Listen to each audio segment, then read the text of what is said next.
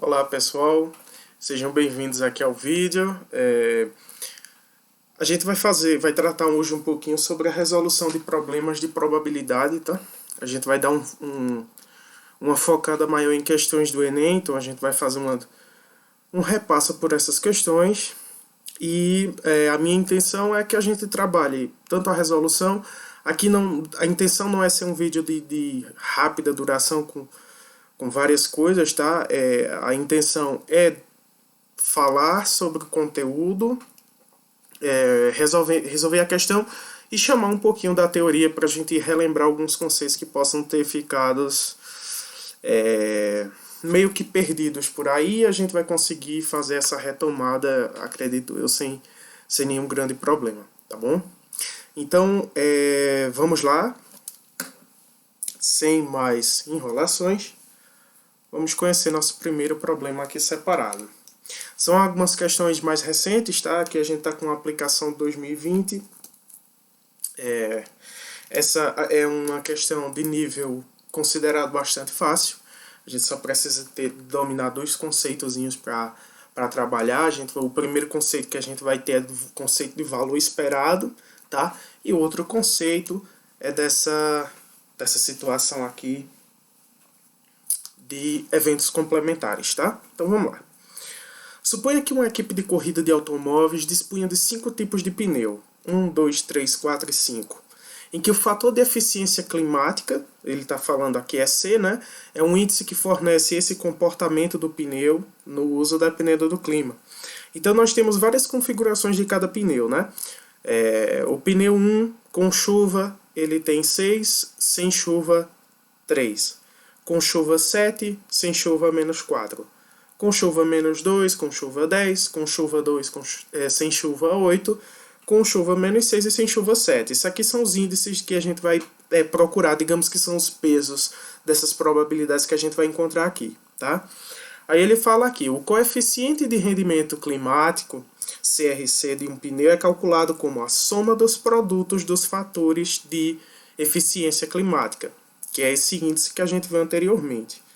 Então, com ou sem chuva, pelas correspondentes probabilidades de se ter tais condições climáticas. Ele é utilizado para determinar qual pneu deve ser selecionado para uma dada corrida, escolhendo seu pneu que apresentar o maior CRC naquele dia. Então, vai depender, claro, desse coeficiente de rendimento climático, vai depender do clima do dia, obviamente, né? Então, no dia de certa corrida, a probabilidade de chover era 70%. E o chefe de equipe calculou o CRC de cada um dos 5 tipos de pneu. Então, o que a gente tem que ter muito claro aqui para atacar essa questão? A gente tem que ter a primeira coisa bem detalhadazinha aqui, que eu vou chamar dois conceitos básicos. Então, o primeiro conceito básico que a gente vai ter para trabalhar com essa questão aqui é o conceito de evento complementar, tá? Então, digamos que a gente trabalhe aqui com um evento A qualquer, tá? E eu vou ter um evento complementar desse A. Vamos imaginar que nós temos aqui um espaço amostral. Esses são conceitos bem básicos que a gente já domina da probabilidade, tá? Então imaginem que eu tenho aqui dentro desse espaço amostral um evento que eu vou chamar de A, tá? Esse marcado de azul. Então existe um evento complementar a A, ou seja, tudo o que acontece que não seja A gente chama de complementar de A. Então o complementar de A gente indica por A complementar e fica muito simples, vocês vão entender. Nesse caso que a gente está trabalhando aqui, vamos dizer que o nosso evento A é a probabilidade de chover. O que é que ele está dizendo? Que a probabilidade de chover é de 70%. Tá? Então, eu tenho o evento A, tá? A probabilidade de ocorrer esse evento A é de 70%, ou seja, a probabilidade de chover. Então, qual seria a probabilidade do complementar de A? O complementar de chover seria não chover, né, gente? E a gente sabe que quando eu somar as duas probabilidades, ela tem que dar 1. Isso é um dos axiomas de probabilidade que a gente vê lá, né? Então, a probabilidade dela ser 100%, dado que tem 70 aqui, seria 30% para a gente fechar esse evento, tá bom? Então a probabilidade de chover, eu já sei que é 70%, e a probabilidade de não chover, que seria o complementar, o evento complementar de chover, seria 30%, tá bom? Então, vamos lá. Pensa comigo. Se eu tenho a probabilidade de chover e de não chover, agora vamos chamar um segundo conceito, tá certo? Que vocês vão conhecer, alguns podem chamar de esperança matemática, mas normalmente a gente chama isso aqui de valor esperado. Que na verdade nem era necessário realmente dominar, mas é importante a gente saber o que é o conceito, porque se cai num dia, numa prova por aí que vocês forem fazer, vocês vão ter, não vão se assustar com o nome. Valor esperado, gente, é justamente o que ele explicou aqui, o produto da probabilidade com determinados pesos, tá? Digamos que seja um peso aí colocado, que nesse caso são os índices de cada pneu, tá bom? Então nós temos esses pesos. Então vamos lá.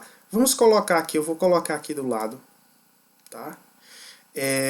Vou colocar aqui do lado, melhor colocar aqui do lado, os índices de eficiência de cada pneu, tá? Então nós vamos lá. O pneu do tipo 1, do tipo 2, do tipo 3, do tipo 4 e do tipo 5.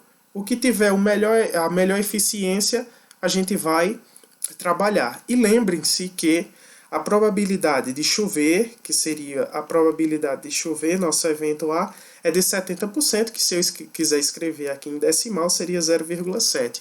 E a probabilidade de não chover, que seria o nosso evento complementar aqui, seria de 0,3, porque se trata ali de 30%. Né? Então vamos chamar aqui para a gente ver quais são as probabilidades. Vejam, quais são os pesos para cada um. No pneu 1, com chuva, ele tem esse índice de comportamento 6 e sem chuva 3. Então o que é que a gente vai fazer? Com chuva, 6 vezes a probabilidade de chover, 0,7. Mais 3, né? Mais 3, que é a probabilidade sem chuva. Mais 3 vezes 0,3. Então eu vou sempre colocar aqui, com chuva, coloco a probabilidade de chover. Sem chuva, a probabilidade de não chover. No 2, no pneu 2, com chuva é 7 e sem chuva é 4. Então, com chuva é 7, 7 vezes 0,7. E sem chuva, sem chuva é menos 4. Então é menos 4 vezes 0,3.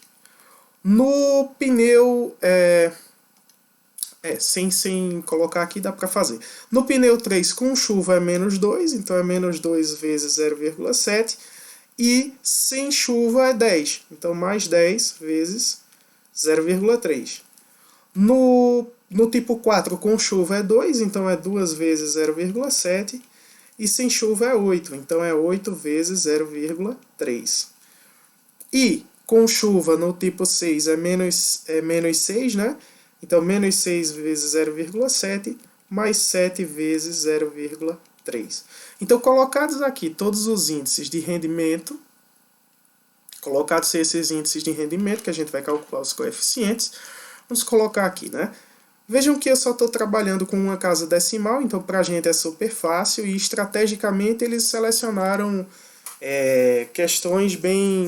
números bem interessantes para a gente fazer um cálculo, porque da tabuada mesmo a gente consegue, né? Aqui é só fazer 6 vezes 7 e trazer uma casa para trás, porque eu estou fazendo essa divisão aqui, né? Por 10. Se eu transformasse 0,7 em decimal, ficaria 7 sobre 10. Então, 6 vezes 7 dá 42. Então é só colocar a vírgula aqui. Mais 3 vezes 3 dá 9. Como só tem um número, 0,9. 4,2 mais 0,9, isso vai dar 5,1. Aqui mesma coisa, né? 7 vezes 7, 49. Então 4,9. Menos 4 vezes 3 dá 12. 1,2. Isso aqui dá 3,7, né? Quando eu faço aqui, ó, fica menos 2 vezes 7, 14. Então 1,4.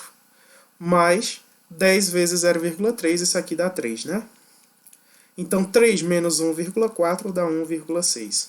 Aqui 2 vezes 7 dá 14. 1,4. E 8 vezes 3 dá 24. Fica 2,4. 1,4 com 2,4 vai dar pra gente 3,8. Aqui, mesma coisa, né? Menos 6 vezes 0,7 vai dar menos 42, então isso vai ficar com menos 4,2. Mais 7 vezes 3 dá 21, isso aqui vai dar 2,1. Menos 4,2 mais 2,1, menos 2,1. Então perceba, em qual das opções nós tivemos um índice de rendimento maior? O coeficiente de rendimento ficou maior. Então ficou aqui, ó, no 5,1, porque todos os outros são menores. Então quer dizer, qual é o pneu que renderia mais? Por isso que é o valor esperado. Qual é o pneu em que se espera que renda mais nas condições climáticas atuais, ou seja, naquelas previsões de condição climática que a gente deu, que era de 70% para chover e de 30% para não chover. Então aquele que rendeu mais, que renderia mais em tese nessas mesmas condições, seria o pneu número 1. Nós marcaríamos aqui nossa letra A, seria o pneu número 1. Desculpa, eu quero até pedir um pouquinho de desculpa pela demora para resolver, mas é que eu tenho que mostrar para vocês também um pouquinho do conceito, tá? A intenção do vídeo é esse, a gente trazer o vídeo e relembrar um pouquinho dos conceitos, trazer uma coisa mais detalhada, tá bom? Então vamos para a pergunta número 2. Olha essa pergunta número 2, bem interessante, né? Essa questão. Ele diz assim: amigo secreto é uma brincadeira tradicional nas festas de fim de ano. Aí diz assim, que um grupo se reúne e cada um deles sorteia o nome da pessoa que irá presentear. Isso aí é básico, né? Vocês sabem, com certeza vocês sabem. Aí ele diz assim, no dia da troca de presentes, uma primeira pessoa presenteia seu amigo secreto. Em seguida, o presenteado revela seu amigo secreto e o presenteia. A brincadeira continua até que todos sejam presenteados, mesmo no caso em que o ciclo se fecha. 10 funcionários de uma empresa, entre eles um casal, participarão de um amigo secreto. A primeira pessoa a revelar será definida por sorteio.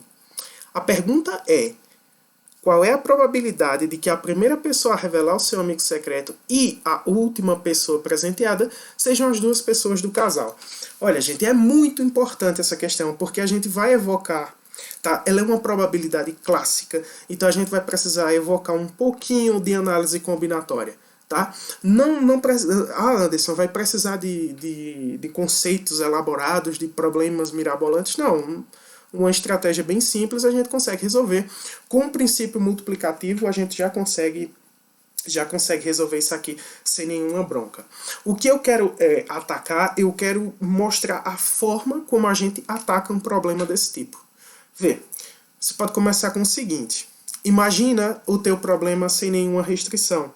Qual é a restrição que está sendo imposta aqui? Eu vou marcar para vocês. O que seria a restrição? A restrição é essa aqui, ó.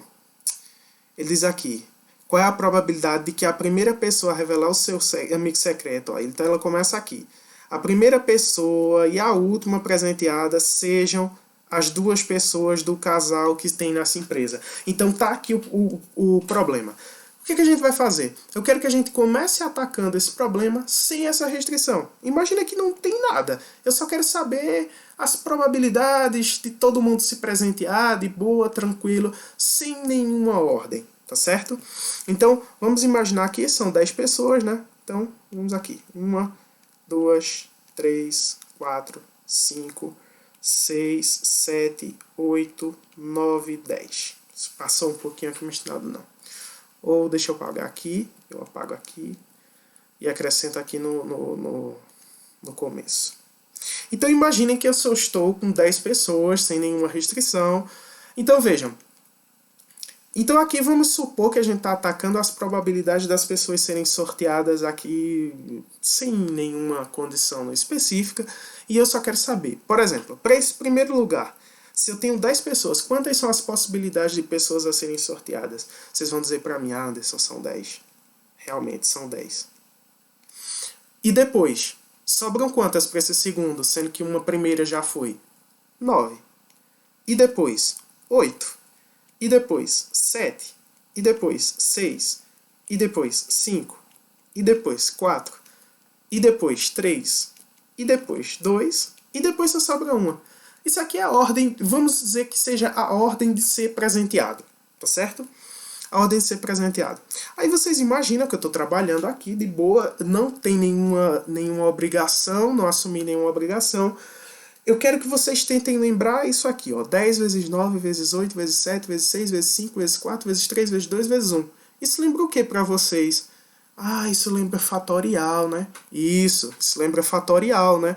Então, o que é que eu tô fazendo aqui? Eu tô com o fatorial de 10. Tenho 10 pessoas para serem sorteadas. Agora, o que é que eu vou fazer? Eu vou abrir a mesma situação, só que eu vou fazer o seguinte, eu vou impor a minha condição agora. Eu tenho que impor a minha condição.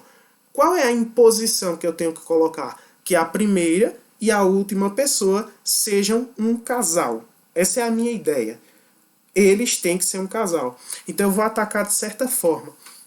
Eu vou dar nome a esse casal, porque eu quero que a gente pense em uma situaçãozinha aqui, tá bom? Então imaginem, por favor, que nós estamos falando de João e Maria, certo? Então, nós estamos falando de João e Maria, que é esse casal. João eu vou chamar de J, Maria eu vou chamar de M, tá bom? Então, imaginem que João sai, é o primeiro a ser sorteado. Aí, as 8 pessoas depois, não me importa quem seja, não tô nem aí. Então, 1, 2, 3, 4, 5, 6, 7 e 8. E a última, obrigatoriamente, tem que ser Maria. Por quê? Porque essa é a condição, que a primeira e a última pessoa a ser sorteada seja casal, seja do casal. Tá bom? Então, tudo bem. Tem o João aqui, tem o Maria aqui. O que eu vou fazer aqui dentro? Essas pessoas podem... Se eu tenho 10 pessoas e tiro João e Maria, só sobram 8 para mim, né? E tenho 8 vagas aqui. Eu vou até fazer uma espécie de caixinha, porque essa parte aqui ela não interessa muito pra gente não, tá? Essa parte aqui é meio tô nem aí. Então, se eu tenho 8 pessoas para colocar aqui dentro, ó, aqui tem 8, né? Tem 8 possibilidades para cá. Aqui vai ter 7, aqui vai ter 6, aqui vai ter 5, aqui vai ter 4, aqui 3, aqui 2 e aqui 1.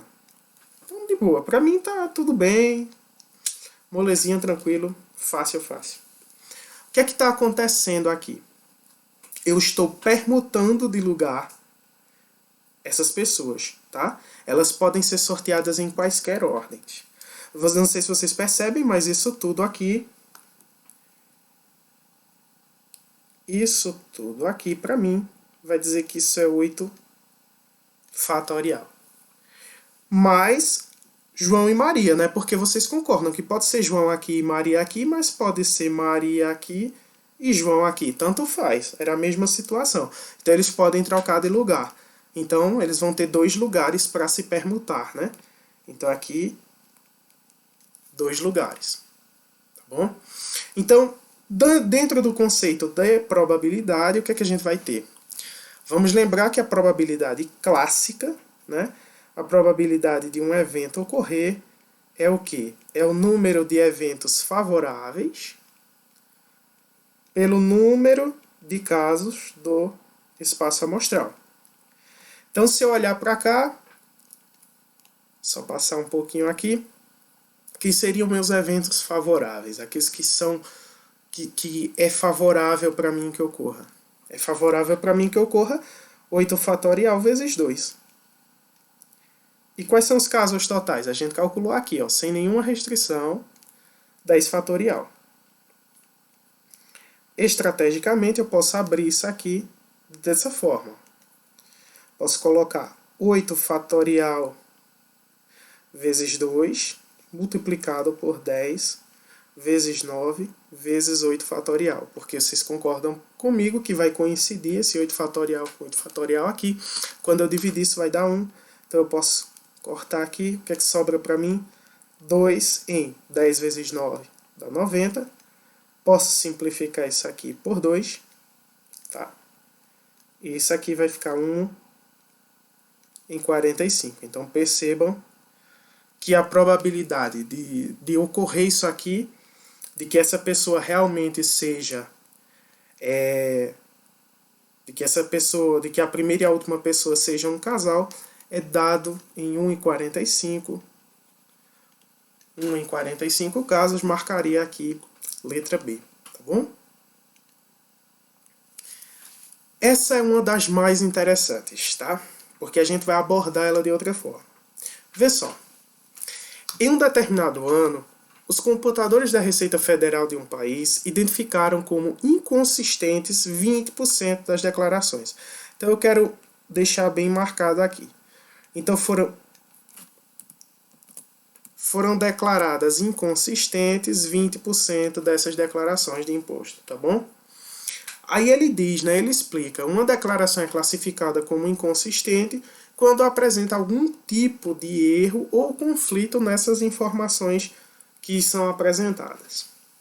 Essas declarações consideradas inconsistentes foram analisadas pelos auditores, que constataram que 25% delas eram fraudulentas. Então, das inconsistentes, eles constataram que 25% eram fraudulentas. E constatou-se ainda que dentre as declarações que não apresentaram inconsistências, 6,25 foram fraudulentas. Então, das que não foram inconsistentes, 6,25 foram fraudulentas.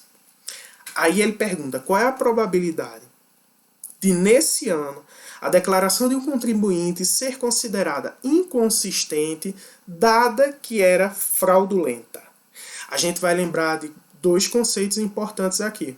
Nós vamos precisar lembrar da probabilidade clássica, né, dessa colocação clássica de probabilidade. Nós vamos precisar também do conceito de evento complementar. E por último, o grande conceito trabalhado aqui vai ser justamente a probabilidade condicional, aquela que se dá através de um acontecimento, né, de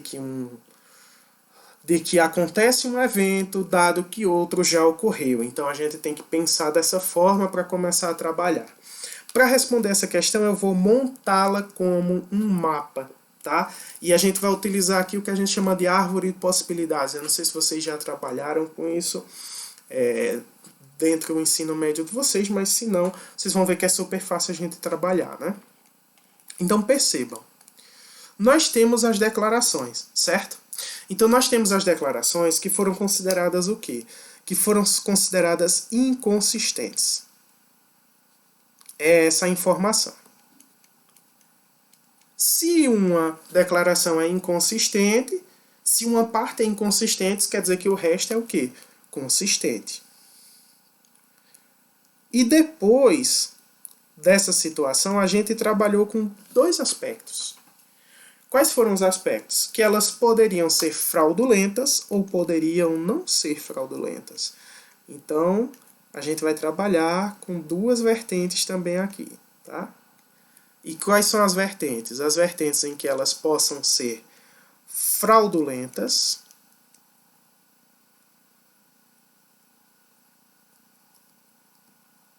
ou elas podem não ser fraudulentas.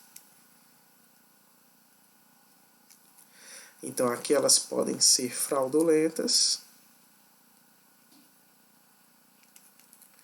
e aqui elas podem ser não fraudulentas. E aí agora a gente tem que alimentar essa árvore, tá vendo? Chamado de árvore por causa desses galhos, desses ramos aqui, certo? Então vamos tentar colocar as informações que a gente tem, certo? Vejam, ele foi dito o quê? Que 20% dessas declarações são inconsistentes. Então é o primeiro dado que a gente vai dispor aqui na árvore. Vejam, se 20% deles são inconsistentes, tá? Então ele já está dizendo, ele já é um dado que aparece explícito para mim. Ele já aparece que 20% são inconsistentes, então isso quer dizer que, ora, se 20% são inconsistentes, quer dizer que 80% são consistentes. Tranquilo. Aí depois ele apresenta outro dado para mim, que é, dessas que foram inconsistentes, 25% delas são fraudulentas. Então vejam, 25% são fraudulentas, mas quer dizer que se 25% são fraudulentas, quer dizer que 75% delas não eram fraudulentas, tá? E depois ele ainda dá outra informação. Constatou-se ainda que dentre as declarações que não apresentaram inconsistências, então quer dizer que elas são consistentes, não apresentou inconsistência, quer dizer que é consistente. 6,25% são fraudulentas, e aí é que a gente preenche aqui. 6,25% delas são consideradas fraudulentas. Se 6,25% são fraudulentas, quer dizer que 93,75% são não fraudulentas. E todas essas porcentagens aqui eu estou montando a partir de uma perspectiva de que a probabilidade total tem que dar 100%, tá bom? Então, vamos lá. A pergunta final é: qual é a probabilidade de, nesse ano, a declaração de um contribuinte ser considerada inconsistente, dado que ela era fraudulenta? Então, vejam, nós vamos precisar chamar aqui um conceito de probabilidade condicional, tá certo? A gente vai precisar de um conceito de probabilidade condicional, que vai ser qual? Essa aqui vai ser um pouquinho mais elaborada. Vejam, ela é considerada inconsistente, dado que ela era fraudulenta. Tá? Ela era fraudulenta, certo? E tem que ser inconsistente. Então nós vamos trabalhar com dois aspectos práticos aqui. Tá? Então, o que é que o nosso evento, o que é que o nosso cálculo de probabilidade vai trazer para a gente? Vamos dizer que ser inconsistente seja o nosso evento A. E que ser consistente seja o complementar de A, né? Ou seja, tem que ser consistente, tá? Então, a probabilidade de A dado B, tá? Probabilidade de A dado B. Eita, o que é isso, Anderson? É justamente o que ele estava dizendo. A probabilidade de ser inconsistente, dado que era fraudulenta, eu vou dizer, eu esqueci de definir aqui, mas o evento B eu vou dizer que é a probabilidade dela ser fraudulenta. Então, a probabilidade dela ser inconsistente, dado que ela é fraudulenta. Isso vai ser o quê? Vai ser, para mim, a probabilidade... Deixa eu apagar aqui. Não sei se vocês concordam, tentem acompanhar comigo o raciocínio. Vai ser a probabilidade dela ser inconsistente e fraudulenta, certo? Isso aqui dividido pelo seguinte, dividido pela probabilidade dela ser inconsistente e fraudulenta, mais a probabilidade dela ser consistente e fraudulenta. Gente, por que eu estou colocando os dois? Porque, vejam, é a probabilidade dela ser fraudulenta, dela ser inconsistente, dado que foi fraudulenta. Ela pode ser fraudulenta de duas formas. Ela pode ser fraudulenta, ó. Vamos colocar aqui. Deixa eu tentar destacar para vocês aqui, ó. Ela pode ser fraudulenta e pode ser inconsistente. Pode ocorrer isso, dela ser inconsistente e ser fraudulenta. Mas ela também pode ser consistente e pode ser fraudulenta, tá? Isso pode ocorrer sim, tá certo? Vejam que são eventos independentes, a probabilidade de um acontecer não afeta a probabilidade do outro acontecer. Então, eu vou tentar colocar isso tudo aqui dentro dessa caixinha de informações, certo? Então, nós vamos utilizar isso aqui. Na verdade, isso aqui é um teoremazinho de Bayes, tá? A gente está mexendo com um caso bem específico do teorema de Bayes, tá? É conteúdo realmente ser abordado lá no ensino médio, principalmente porque dá o nosso currículo lá para o 3º ano, tá? Então, o que é que a gente vai fazer aqui? Vamos lá. A probabilidade dela ser inconsistente e fraudulenta. Vejam que as porcentagens elas estão aqui. Inconsistente e fraudulenta. É 20% vezes 25%. 20% vezes 25%, a gente pode colocar dessa forma, né? Eu vou colocar aqui embaixo, tá? Que eu acho que fica mais organizado pra gente. Então, é 20%, vou colocar em porcentagem, vezes 25%. Certo? E isso aqui vai ser dividido pelos casos totais, né? A probabilidade dela ser fraudulenta. Então a gente viu que tem duas possibilidades dela ser fraudulenta, né? Ela pode ser inconsistente e fraudulenta, que a gente já viu aqui, ó. É essa mesma probabilidade dela ser inconsistente e ser fraudulenta. Mas a probabilidade que ela pode ser consistente também, que vocês viram que é 80%, e ser fraudulenta. Para ser consistente e fraudulenta, 6,25%. Eu vou deixar aqui dessa forma, 6,25%. Isso aqui a gente está só montando para efeito de cálculo, tá bom? Então vamos resolver essa conta aqui, ó. Vamos só olhar para isso aqui. Esqueçam agora o diagrama de possibilidades. Vamos só se atentar a resolver essa questão. Então vamos lá. Se a gente multiplicar aqui, fica bem simples, né? 2 vezes 25 vai dar 50. Como eu estou falando de 20, isso vai dar 500. Sobre 100 vezes 100 é muito fácil, né? É só colocar os 4 zeros. O 1 e os 4 zeros, tá certo? E aqui o que é que a gente vai fazer? Nós vamos fazer o seguinte. Vai ser a mesma probabilidade. Veja que esse cálculo aqui é o mesmo do de cima. Então, de novo, vai dar 500 sobre 10.000, né? E mais esse 80 vezes 6,25. Vejam, se eu pegar 6 vezes 80, eu estou quebrando esse 6,25 em duas partes, tá? Se eu pegar 6 vezes 80, 6 vezes 8, 48, isso vai dar 480. E se eu pegar 80 vezes 0,25, eu posso multiplicar por 10 esse 0,25, isso vai dar 2,5. E 8 vezes 2,5, isso vai dar para mim 20, né? Então isso aqui vai dar 480 mais 20. Ora, 500 de novo. 500 sobre 10.000. E continuando isso aqui, o que a gente pode fazer?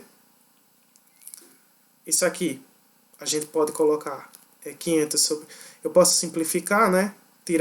Cortar esses dois zeros aqui, porque eu estou dividindo. Então isso aqui fica 5 sobre 100 sobre 500 mais 500 dá 1.000. E aqui eu posso até cortar, né, esses dois zeros, ó. Os dois zeros daqui, porque são multiplicações independentes, né? E fica 5 mais 5 dá 10 sobre 100. Quando chega aqui, o que é que a gente faz? Repete a primeira fração, né?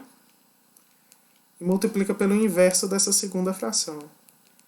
Que vai dar 100 sobre 10. E aí, quando a gente colocar essa situação aqui para valer, né?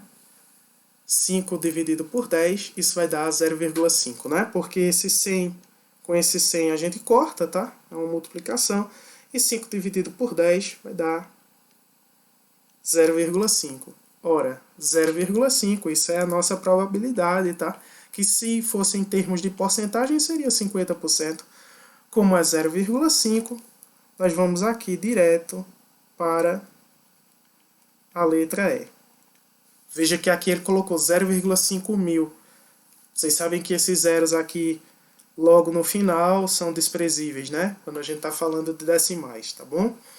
Então, vejam que essa aqui ela foi a mais elaborada, porque ela envolveu probabilidade condicional, mas vejam que não necessitava nem a gente estar lembrando de todas as fórmulas.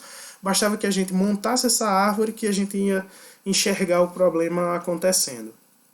Essa geralmente é a abordagem mais simples de se tomar, tá? Então, vejam só, esse outro. Para um docente estrangeiro trabalhar no Brasil, ele necessita validar o seu diploma junto ao Ministério da Educação. Num determinado ano, somente para estrangeiros que trabalharão em universidades dos estados de São Paulo e Rio de Janeiro, foram validados os diplomas de 402 docentes estrangeiros. Na tabela, está representada a distribuição desses docentes estrangeiros por países de origem para cada um dos dois estados. Aí olha a pergunta. A probabilidade de se escolher aleatoriamente um docente espanhol, sabendo que ele trabalha em uma universidade de São Paulo, é... Veja, se a gente olha para cá e pensa, eita, vamos olhar. Se você ler aqui, você pode tentar abordar isso aqui se você tentar complicar por uma probabilidade condicional, etc. Mas não necessita. Não necessita de jeito nenhum. Por quê? Porque você pode olhar apenas para a linha que indica São Paulo, porque você só está interessado nesse estado em específico. Então você vem aqui e destaca apenas o estado de São Paulo. Quando você faz isso, aí você vem na informação que você quer. A sua probabilidade aqui seria colocar os casos favoráveis sobre o total de casos. Então, a nossa probabilidade aqui desse evento, digamos que seja A, vamos nomear ele como A, seria o quê? Seriam uma abordagem, novamente, é uma abordagem bem clássica, né? Que a gente só precisa ler essa tabela. Seria o quê? Um docente espanhol, sabendo que ele trabalha na Universidade de São Paulo. Então, seria o número de docentes espanhóis em São Paulo, né? Porque a gente tá tendo que ser os docentes espanhóis em São Paulo, então eu ia sortear os docentes espanhóis em São Paulo, sobre o número de docentes em São Paulo.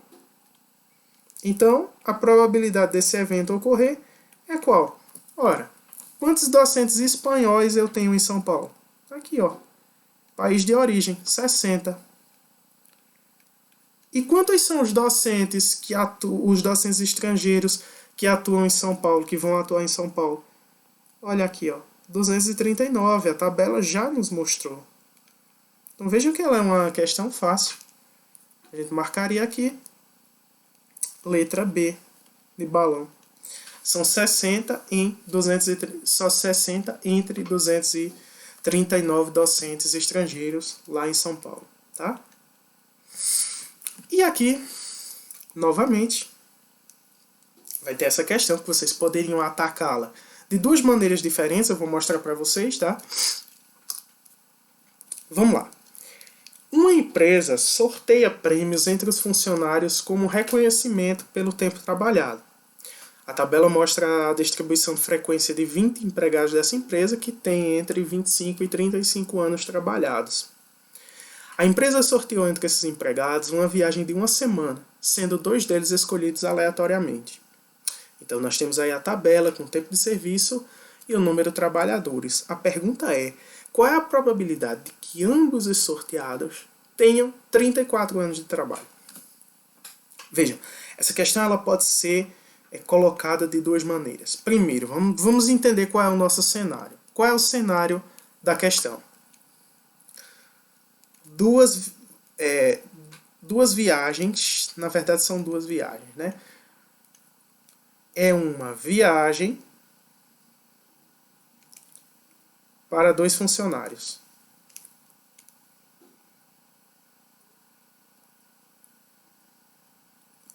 Você poderia olhar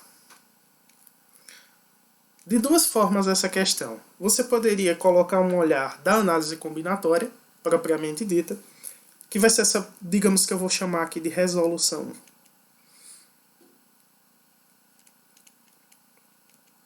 Então vejam, quais são os dados? Eu tenho 20 funcionários, eu tenho 20 funcionários no total nessa empresa, ele está me dizendo aqui, e quantos têm 34 anos de trabalho, que são os que me interessam? Aqui, ó, são 5. São 5 funcionários com 34 anos.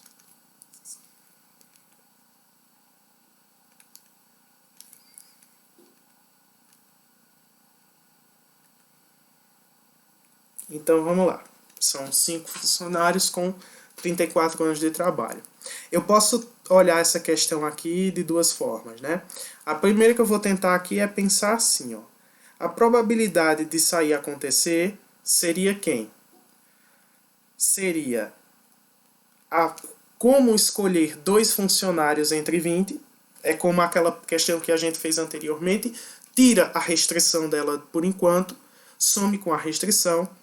Então, a primeira restrição, que seria ter 34 anos de trabalho. Se eu removo essa restrição, eu não quero nem saber. Eu quero saber como escolher 2 entre 20 funcionários. 2 entre 20 funcionários, em que a ordem não importa, porque se eu escolher José e Joaquim, é a mesma coisa de escolher Joaquim e José. Então, isso se trata de uma combinação, tá? Então, eu posso ter no número total, né? O número de possibilidades total, que seria o meu espaço amostral aqui, ser uma combinação de 20 tomados 2 a 2, eu posso dizer isso, né? Uma combinação de 20 funcionários tomados 2 a 2. E aí depois eu quero só o número. Depois eu quero só o número, né? Vocês podem, inclusive, ver isso aqui. E aí eu quero a cardinalidade, ou seja, o número de possibilidades que são os meus eventos favoráveis. Digamos que seja o meu evento A. Seria o quê? Escolher 2 funcionários entre esses 5, que é justamente o que está acontecendo, né? A probabilidade de eu escolher 2 funcionários entre esses 5, que tem 34 anos, porque a pergunta está direcionada para isso. Então, a nossa probabilidade aqui, para esse evento A acontecer, seria o quê? Os eventos favoráveis. Quais são os eventos favoráveis? Só é o número de possibilidades de escolher entre esses 5 funcionários 2 para fazer a viagem. E quais seriam os eventos totais? Essa probabilidade de 20 de escolher 2 em 20. Então, se eu chegar aqui e fizer, veja, para combinação a gente tem um jeitinho tranquilo de fazer, né? Que é desenvolver, olha, você desenvolve os primeiros, eu vou dar essa dicasinha rápida aqui para combinação. Para a combinação, e eu estou falando de combinação apenas, tá, gente? Você tem uma combinação, por exemplo, de 6 tomados 2 a 2. O que é que você faz? Olha para o 2 e desenvolve os 2 primeiros termos desse 6. Tá? Então, os 2 primeiros termos do fatorial de 6 seriam 6 vezes 5. E divide por 2, normal. 6 dividido por 2 daria 3, e 3 vezes 5 daria 15. Veja que se eu fizesse combinação 6 tomados 2 a 2 tradicionalmente, isso aqui não ia mudar. Ó. Porque o que, que a gente faria? Ficaria... lembra que é Cn menos P fatorial sobre P fatorial. Vamos lembrar dessa situaçãozinha de N menos P fatorial. Então, para a gente não perder muito tempo, seria assim, no modo clássico, né? Chamando as formas. Deixa eu apagar aqui e vamos lá. Vamos desenvolver. Então, como é que a gente desenvolve? Os 2 primeiros termos do fatorial de 5. 5 vezes 4 e divido isso por 2. E depois eu faço o quê? 2 de novo. Os 2 primeiros fatoriais, os 2 primeiros termos do fatorial de 20, que seria 20 vezes 19, e divido isso por 2. Veja, quando eu fizer isso, 4 dividido por 2 vai dar 2, e 5 vezes 2 dá 10. 20 dividido por 2 dá 10, e 10 vezes 19 dá 190. Se eu posso dividir todo mundo por 10 aqui, né? Ou só simplesmente cortar os zeros, isso aqui daria 1 sobre 19. Veja que nós chegamos numa solução, tá? Esse é o primeiro módulo, digamos, a primeira forma da gente resolver, certo? Mas tem uma outra forma também, que seria você atacar isso aqui como o produto, a probabilidade do produto, né? Vejam que se tratam de termos independentes, a probabilidade de um ocorrer não afeta o outro. Então vamos chamar aqui o que eu chamaria de resolução número 2, tá? Nessa resolução número 2, a gente vai trabalhar com a seguinte questão. Eu tenho 2 eventos para acontecer. Eu tenho que sortear um funcionário e outro. Vamos lembrar que a gente tem uma técnicazinha meio batida, mas que ela é bem válida, né? Quando a gente fala o I, a gente usa geralmente o princípio multiplicativo. Quando a gente fala o OU, geralmente a gente usa o princípio aditivo. Como eu quero o que é que eu quero nessa questão? Tenta identificar. Eu quero sortear um funcionário de 34 anos de serviço e outro funcionário de 34 anos de serviço. Eu não quero sortear um ou outro. Então eles não se excluem, eles não são excludentes, tá? Então eu quero um funcionário de 34 anos e outro funcionário de 34 anos. Utiliza o produto, tá bom? Então, seguindo essa mesma lógica, o que a gente vai ter? Nós vamos ter dois eventos. Analisa comigo que eu vou ter que ter aquela mesma ideia. Casos favoráveis sobre o número total de casas. Vejam, quantos funcionários eu tenho com 34 anos de serviço? São 5. Então vamos sortear o primeiro. São 5 em 20. São 5 funcionários com 34 anos, nem 20 no total. Agora vamos sortear o segundo. Gente, qual é o caso que eu quero? Eu quero um caso muito específico. Eu quero que os dois tenham 34 anos de serviço. Só que vocês imaginam que esse primeiro aqui, esse primeiro a ser sorteado, esse primeiro aqui, já foi um funcionário com 34 anos de serviço. Então, o que acontece para mim quando eu for sortear o outro? Quando eu for sortear o outro, eu não vou ter mais 5 funcionários com 34 anos de serviço. Agora eu vou ter 4, porque um já foi sorteado, né? E o meu espaço amostral, que tinha 20 elementos, eu tirei um, porque já foi sorteado um. Então, o que era 20 virou 19. E aí é só multiplicar. 5 vezes 4, 20. 20 vezes 19, ou 2 vezes 19, você pode encarar assim, daria 38. E coloco o 0, né? Aí veja, eu posso cancelar 0 com 0. Ficaria 2 em 38. Eu não sei se vocês percebem que a gente pode fazer o que é aqui, simplificar por 2. 2 dividido por 2 dá 1.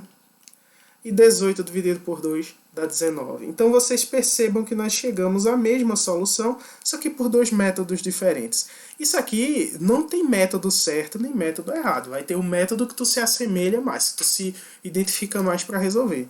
Então, 1 em 19, vocês marcam aqui, letra B de balão, tá? Letra B, 1 em 19. Eu tenho uma possibilidade em 19, tá bom?